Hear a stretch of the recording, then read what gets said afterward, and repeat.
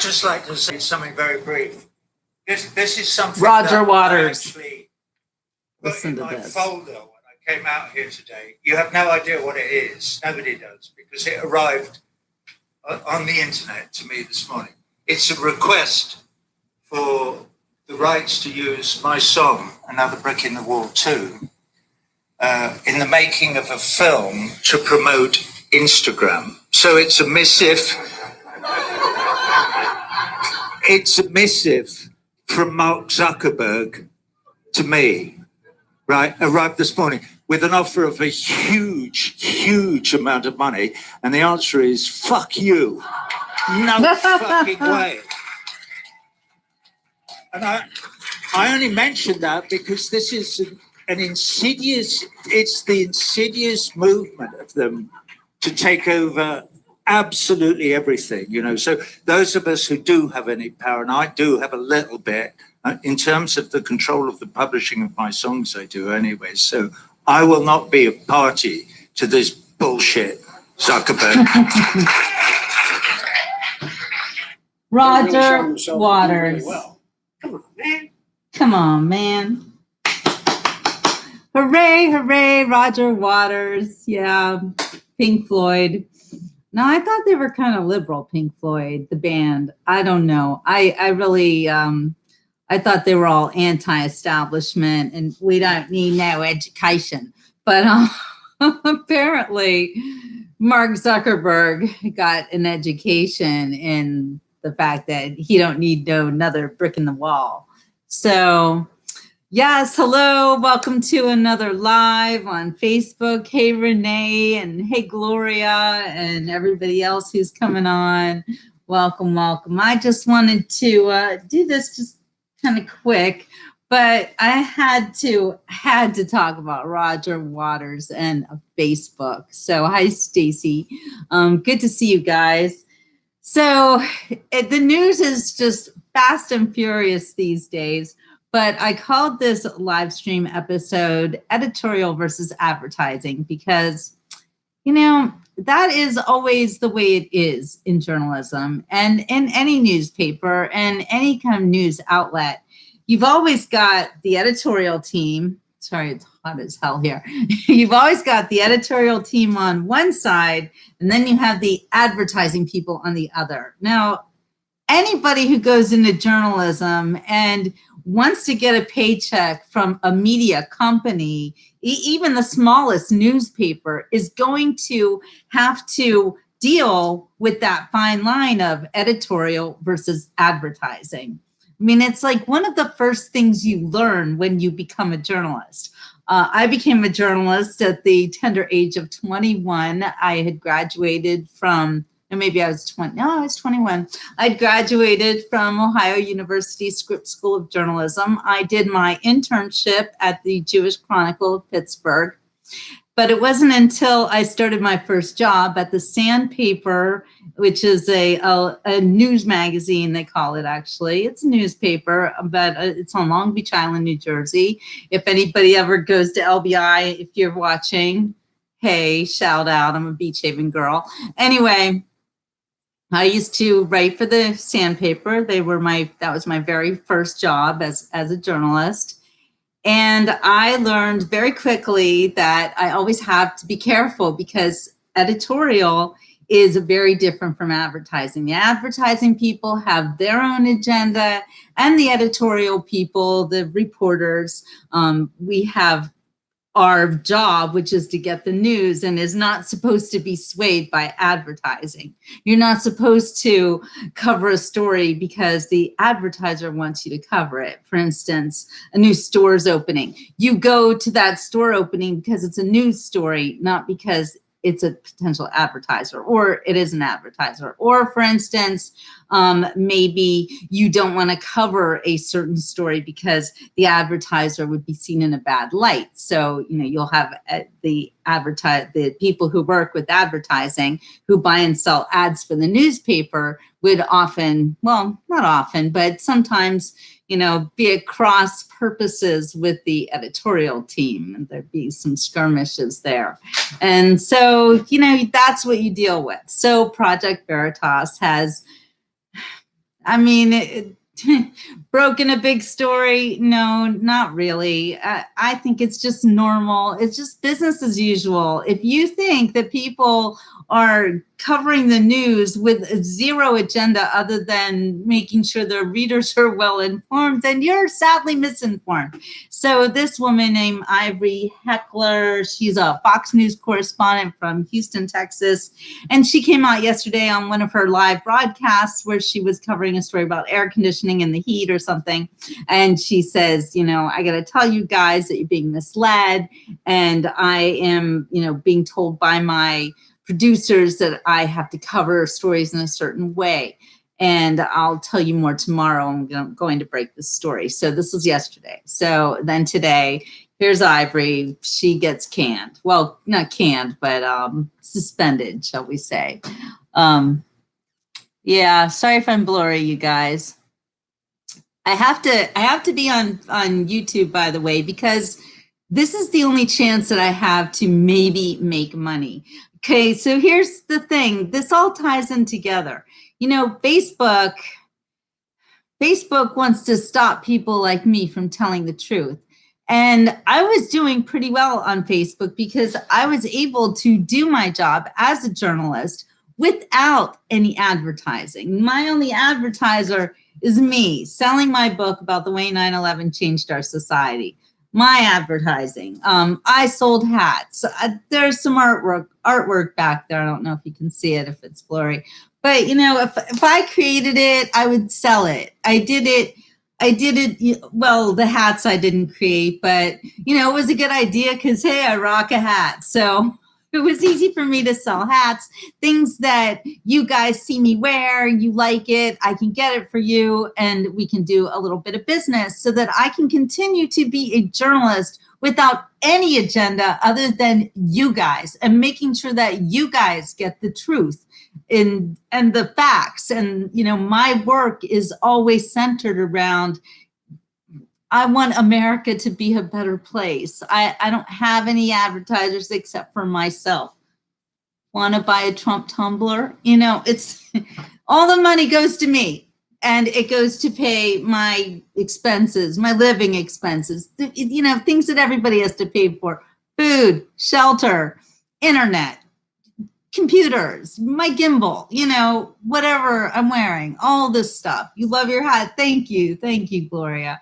Am I a great businesswoman? No, I'm not. I'm a writer. I'm a journalist. So sometimes it's hard for me to do the business side, and it's a struggle. But I do this because I want to be able to do my business agenda free. I don't have a boss telling me you can say this, you can't say that. I don't have a group of investors behind me telling me what to do. I have nobody. This is all me. It's me and it's you. And even you don't tell me what to do, although you do help me to uncover the truth. We're all working together. And if you have a good story idea, or you come across something that you think is really interesting, you don't have any problem with sending it to me, because that I'll check it out and I'll say either this is good information and I'll use it, or it's not good information and I'll tell you why. And there's certain people out there that you don't want to listen to. There's news stories out there that are lies, and you can tell there's lots of different ways. And that's what I help you do, is to discern what's true, what's not true. Because Lord knows, if we need anything these days, we need the truth. We need somebody who's not afraid to stand up and say, this is really what's going on. And sometimes it's really hard to tell what the truth is. But you need to have someone tell you the truth who doesn't have an agenda. So Ivory Heckler, young, just out of journalism school, I guess, maybe this is one of her first jobs. Ivory, this is the way it works. If you want to make a lot of money in journalism, then you have to get hired by a big outfit. If you want to just get by, and I'm not doing this job because I'm going to make a lot of money. I'll never make a lot of money doing this job. And I don't care about making a lot of money, because for me, it's not about money. it's about information. It's about teaching you guys what I've learned and doing it in such a way that you know you can trust me. And if I get it wrong, I tell you, I got that wrong. I don't get everything right. I'm human, but I do have the experience, the knowledge. I'm 55 years old. I've been around the block. I've been doing this job as a journalist since I was in high school, and I was on the school newspaper. And journalism has been my life. So I know how to tell the story, but I also know how to discern if the story is real or not. And I just honed that certain talent, if you will, just in the past maybe 20 years. It's right out of the gate in journalism school. I was like, all wide-eyed and starry-eyed and thinking, oh, this is so great. I get to learn things. I get to cover different stories. And I'm a very well-rounded reporter. I've covered a lot of different subjects. And I was never into politics. I always thought that, politics, what can you do? You kind of can't control it. But now we have to control it. And now I am the journalist that you want to watch. Not many people are watching me, I admit. And it's difficult because there were times on Facebook where my reach would be like 1 million people. Little me by myself reaching 1 million people, more than 1 million people at times. And now I'm down to reaching several thousand. And, it's like, it doesn't matter to me though. If I had just 10 people in the room right now and I'm talking to you, that's a great audience, and right now I have 9. And that's fine. That's good. At least somebody's watching, and I know that you appreciate it, and I know that I've built up an audience. I have to, get you guys back into wherever I am, which it's hard these days because I'm under siege. People like me are seen as, we're upstarts, we're independent. You can't do anything about us. You can keep, shutting us down on social media, or, trolls being sent to tell us how awful we are, and people, hating on us. And you got to have a thick skin in this business. But I know I'm a good journalist. I've honed my skills. I have worked really hard at it. I've done everything I can to do my job with the utmost integrity. And it's not about how much money I make. It's about how much credibility I have. That is the most important thing that I have. That's the only thing that I have, to tell you the truth. When I die, I can take it with me. There's not much else you can take with you into the afterlife.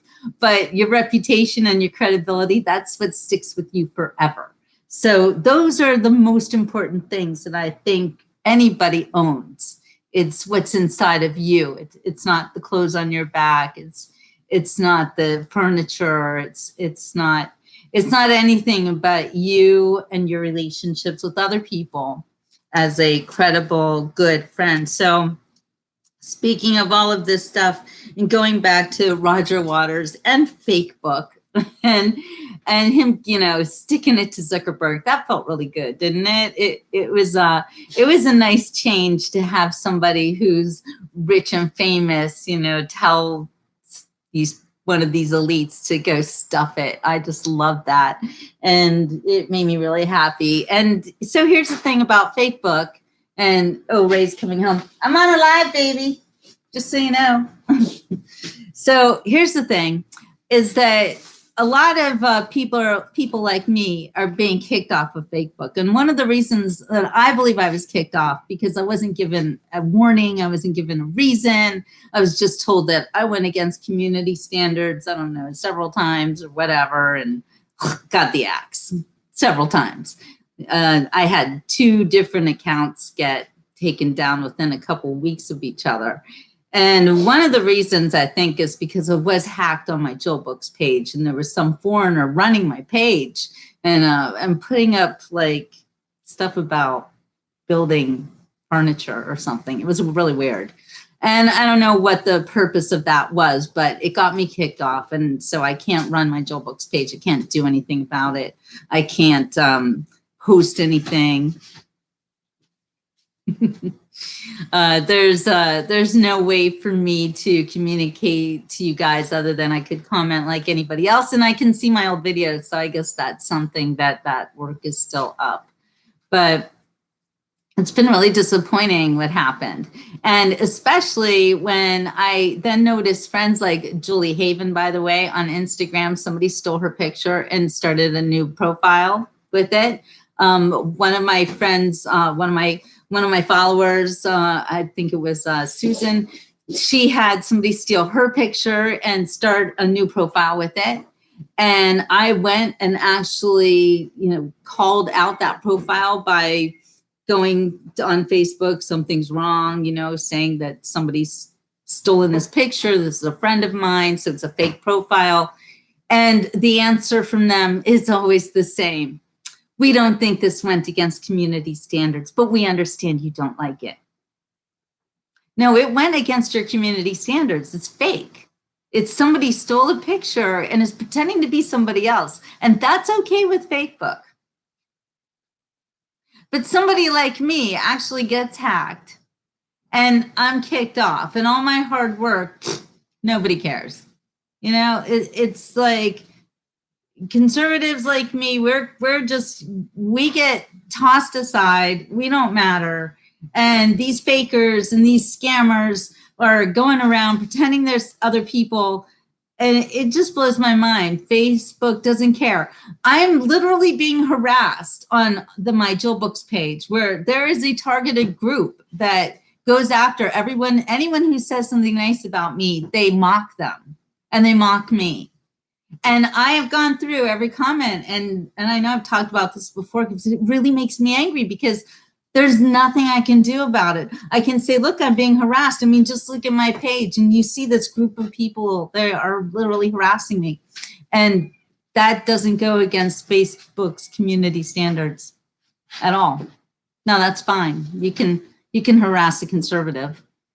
But I should say something, like about this or about this and with this, and it's like, you can't give medical advice. Yeah, okay, no, I can't. I'm not a doctor. I'm not giving medical advice. I'm just telling you what I think. It's my opinion. It's all my opinion. It's me, it's me, it's me. You don't have to listen to me. All 11 of you don't have to listen to me. You make up your own minds. It's like Facebook and YouTube. I got warned on YouTube too. I told I was not allowed to give medical advice. I'm not giving medical advice. I'm not a doctor. I'm just telling you my opinion. And my opinion matters. It matters. I do research. I can look at things. I can tell, what's real and what's not, even if you think that my thoughts are contrary to yours. That's my opinion. Don't take it as medical advice. Don't do things because I said to do them. These people who are trolling me, it's like I'm some kind of like godlike entity that people are going to do anything I say to do. Well, that's not even happening. I mean, my audience are a bunch of people who are really smart and can think for themselves. I'm just giving them a little extra information because I have the experience and I'm able to do it. So, here's another thing. So now I've got this new page, Julie Cohen, right? And people are sending me friend requests. That's great. Well, it's weird because every time I get a friend request from a man, I got to check it out. It's not usually women. Once in a while, a woman, especially a really sexy woman, is suspect. But almost all the men, unless I know them and they followed me before, but almost all of them are scammers. They go after women. If you're a woman and you get a Facebook friend request from a man you don't know, block them. That's what I do. I immediately block them. Or the foreigners, people with a name that you can't possibly spell or recognize. And yeah, they want to be your friend. Yeah, I don't think so. So, that's okay. Those people are allowed to do that. Just go after people they don't know. And and just scam them. So, and it's hard for me because a lot of people, if they see that I'm a mutual friend, you know, it's like I had the same way with like Deplorable Deb and Missy. If I see a mutual friend, I'm usually like, oh, that must be a person that, you know, would be good. But sometimes, you know, that's a trick. So if you get a friend request from a man and you're a woman, or maybe even you're a man, doesn't matter, check them out. Unless you really know who these people are, just look and you can tell if their profile is fake because they'll have, you know, just one picture, or all of their friends have weird foreigner names, or, you know, there's all these little tells. A lot of the men look like they're in the military or something. You think they're going to be like somebody who's very patriotic, because obviously I'm patriotic. So, you know, they try to get to you. What about podcasts? What about podcasts, Dorothy? But anyway, oh, Joseph, you get porn women. Yeah.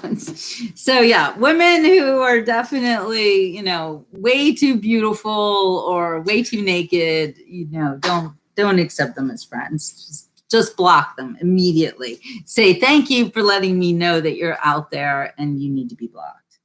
But, you know, Facebook doesn't care. It doesn't care about community standards for you and me. Their community standards are only for the criminals because that's what they are.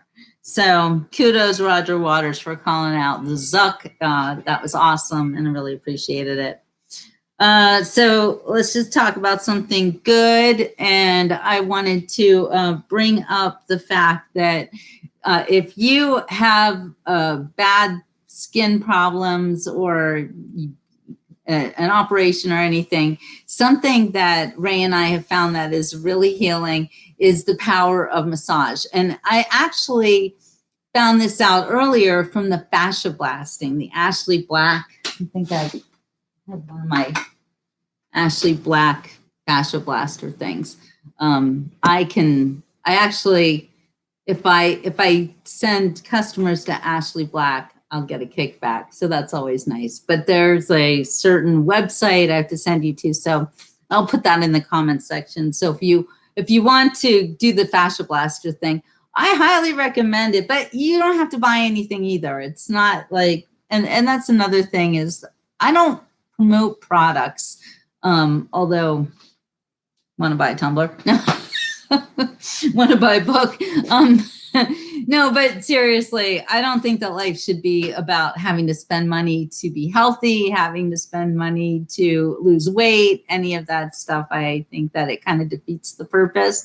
So if you don't buy a fascia blaster, you can use your good old hands, or you can use a brush, like a really stiff bristled brush that's good for, you know, scrubbing. That's also nice. But anything that circulates your skin and drains your lymph node system, really healthy. So don't deny that for yourself. Even if you are by yourself and you don't have anyone to give you a massage, you can do it yourself. You know, there are, like I said, the back massage things, there's tools. There's always stuff for that. I even have this machine that massages your feet. It's on the floor and you just put your feet against it and it's like, it's really cool. So anyway, I think that it is a great thing to keep you healthy and to get your blood circulating, especially if you aren't able to do a lot of exercise. Maybe you broke your leg or you're just not mobile for whatever reason. You need to always be moving. And another thing that I used to do all the time that I don't have it anymore, I gave it to my cousin. I might have to reclaim it from her, but that is a bouncer, which is like a little mini trampoline. Oh, God, I love those things. And you can just even sit there and just like bounce your feet up and down on it. Anything that gets your body, your blood pumping and moving, it's really, really good for you. So let me look at these comments. Let's see. Oh, naked man. Yeah, dick pics. Yeah, don't. Oh, thank you, Dorothy. You guys are really, really wonderful to me. So I thank you for your support. I have like 710 the last time I looked followers on my YouTube page. So I'm getting there. I need 1,000. And I also need you guys to watch my shows because I need a certain number of hours. And so that's really important. So thank you for your support. Tell everybody. One last thing I wanted to touch on. Oh, if you haven't changed your passwords for like everything, you need to do that. You need to do that immediately. There was a big hack of a company, you know, like there's hackings of companies going on all the time. I mean, just do it. If you have a minute, now's a good time. Do it. Change your passwords. Two-step verification is really good. I like that because they notify you if someone's going after your password. So that's really helpful. And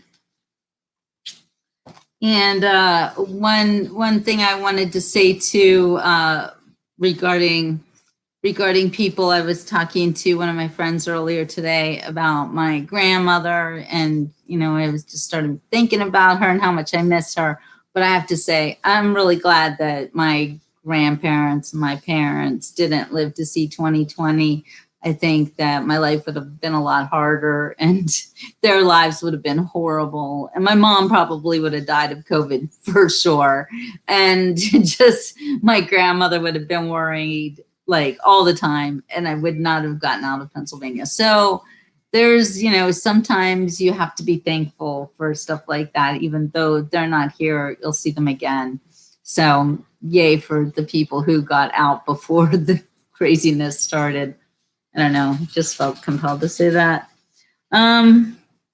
Anyway, I am going to leave you with one last bit of advice, and that is to be very careful with the money that you're spending these days and understand that we are supposedly on the edge of a really, really bad economic situation.